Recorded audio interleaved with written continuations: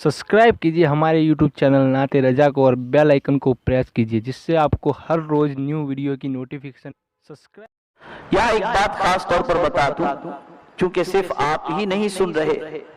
दुनिया के मुख्तलिफ मुल्कों में लोग देख भी रहे हैं और सुन भी रहे हैं, तो सबके जहन में ये बात बिठाने के लिए और आपके जहन में भी कि बहुत सारे इदारे के हजरात आपके पास चंदे की गरज से हाजिर आते हैं, तहरीक के लोग चंदे की गरज से हाजिर आते हैं, लेकिन इस्लाम में जो दर्जा बंदी रखी है ना,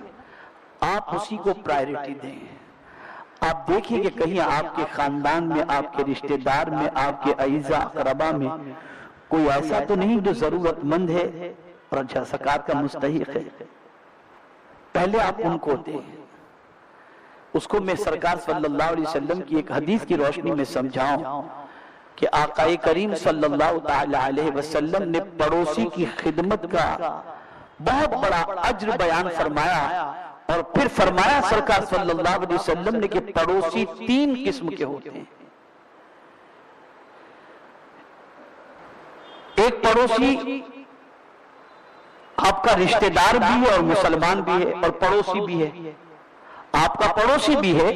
रिश्तेदार भी है और मुसलमान भी है। अगर आपने उसकी खिदमत की, अल्लाह आपको 3 गुना अजर अता फरमाएगा। एक आपके पड़ोस में रहने वाला ऐसा है कि रिश्तेदार तो नहीं है, मुसलमान है, लेकिन आपका पड़ोसी है। अगर आपने उसकी खिदमत की तो आपको दुगना अजर मिलेगा। और अगर आपका तीसरा पड़ोसी है, मुसलमान नहीं है लेकिन पड़ोसी है, आप पड़ोसी के नाते उसकी खिदमत करेंगे तो आपको पड़ोसी की खिदमत करने का अज्र 1 गुना आपको मिलेगा। ये मिसाल समझने समझाने के लिए है। आप ये चीज जहन के अंदर रखें कि अगर रिश्तेदार के अंदर कोई मुस्तहिक है, जरूरतमंद है, मोहताज है, परेशान है, तो आप वो आपके दरवाजे पर आए, उससे पहले आप जाकर उनको दो और बाकी कुछ थोड़ा बहुत बच जाए तो उसे आप दूसरी सरगर्मियों के अंदर, दीनी काम के अंदर खर्च किया करो। इसे ध्यान में रखिए। मैं खुद अपना मामूल बताऊं कि मेरी वालिदा जब तक बकायदे हयात थी तो मेरी वालिदा का खुद का ये मामूल था, 15 शाबान के फौरन बाद या 15 शाबान से पहले हम भाइयों की जो ज़कात निकलती उसका बेशतर हिस्सा, बेशतर रकम वालिदा गांव में जाकर के जितने रिश्तेदार होते उनके बारे में मालूमात हासिल करती और जाकर के सबके घरों पे पहुंचा देती थी। और उनके इंतकाल के बाद अब ये काम हमारे बड़े भाई करते हैं और अभी अल्हम्दुलिल्लाह 15 शाबान के बाद वो गांव जाकर रिश्तेदारों को ढूंढ ढूंढ के, परेशान हालों को ढूंढ ढूंढ के रिश्तेदारों की उन्होंने मदद की और उनकी जरूरत को पूरा किया। हमारा तो ये मामला कि रमजान में ज़कात निकालेंगे डबल सवाब मिलेगा, तो आप इसमें सवाब की फिक्र क्यों करते हो? मुस्तहिक को जो जरूरत है, अब आप रमजानुल मुबारक के अंदर मुस्तहिकीन को देने की बजाय आप रमजान में सवाब की फिक्र करके दो। बेहतर है कि आप पहले दे दो। रमजान में तो अच्छी बात है, इससे इनकार नहीं है, लेकिन पहले दे देंगे तो फायदा ये होगा कि वो अपनी जरूरत की चीजों का ख्याल करेगा और इंतजाम वगैरह कर लेगा। और इसी तरीके से इदारों को भी देना चाहिए कि इदारे से हुफ्फाज कुर्रा उलमा निकलते हैं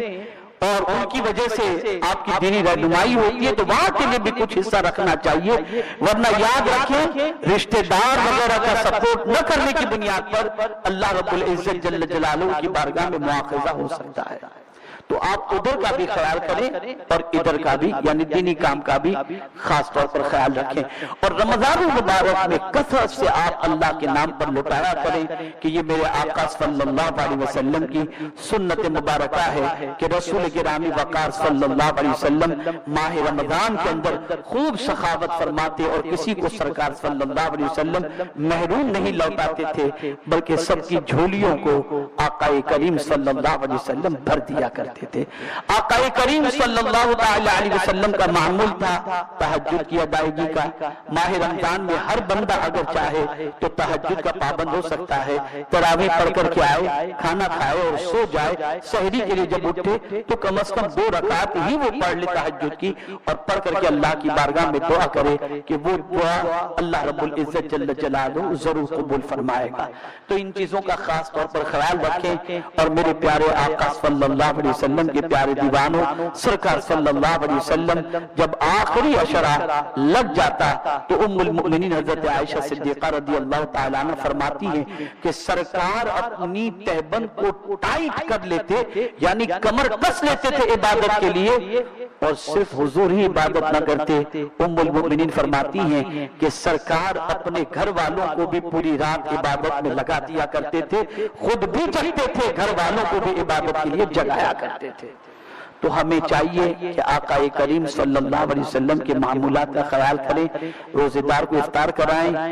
اور بہتر یہ ہوگا کہ اب تو الحمدللہ مساجد کے اندر افطار کے لیے اتنا آ جاتا ہے کہ افطار ختم ہونے کے بعد جو ہے ویسٹیج بھی بہت جاتا ہے، تو آپ بہت سارے غربا کے گھروں کو تلاش کریں، ان کا پتہ لگوائیں، ان کے گھر میں راشن کے پیکٹ بنا کر کے بھیج دیں تاکہ وہ اپنی ضرورتوں کو پوری کر سکیں اور اچھا کھانا کھا کر آپ سب کے حق میں دعا کر سکیں۔ اللہ رب العزت جل جلالہ آقا کریم صلی اللہ علیہ وسلم کی تعلیمات کے مطابق ہم سب کو ماہ رمضان گزارنے کی توفیق نصیب فرمائے، اور رسول گرامی وقار صلی اللہ علیہ وسلم کی سنتوں پر عمل کی توفیق نصیب فرمائے۔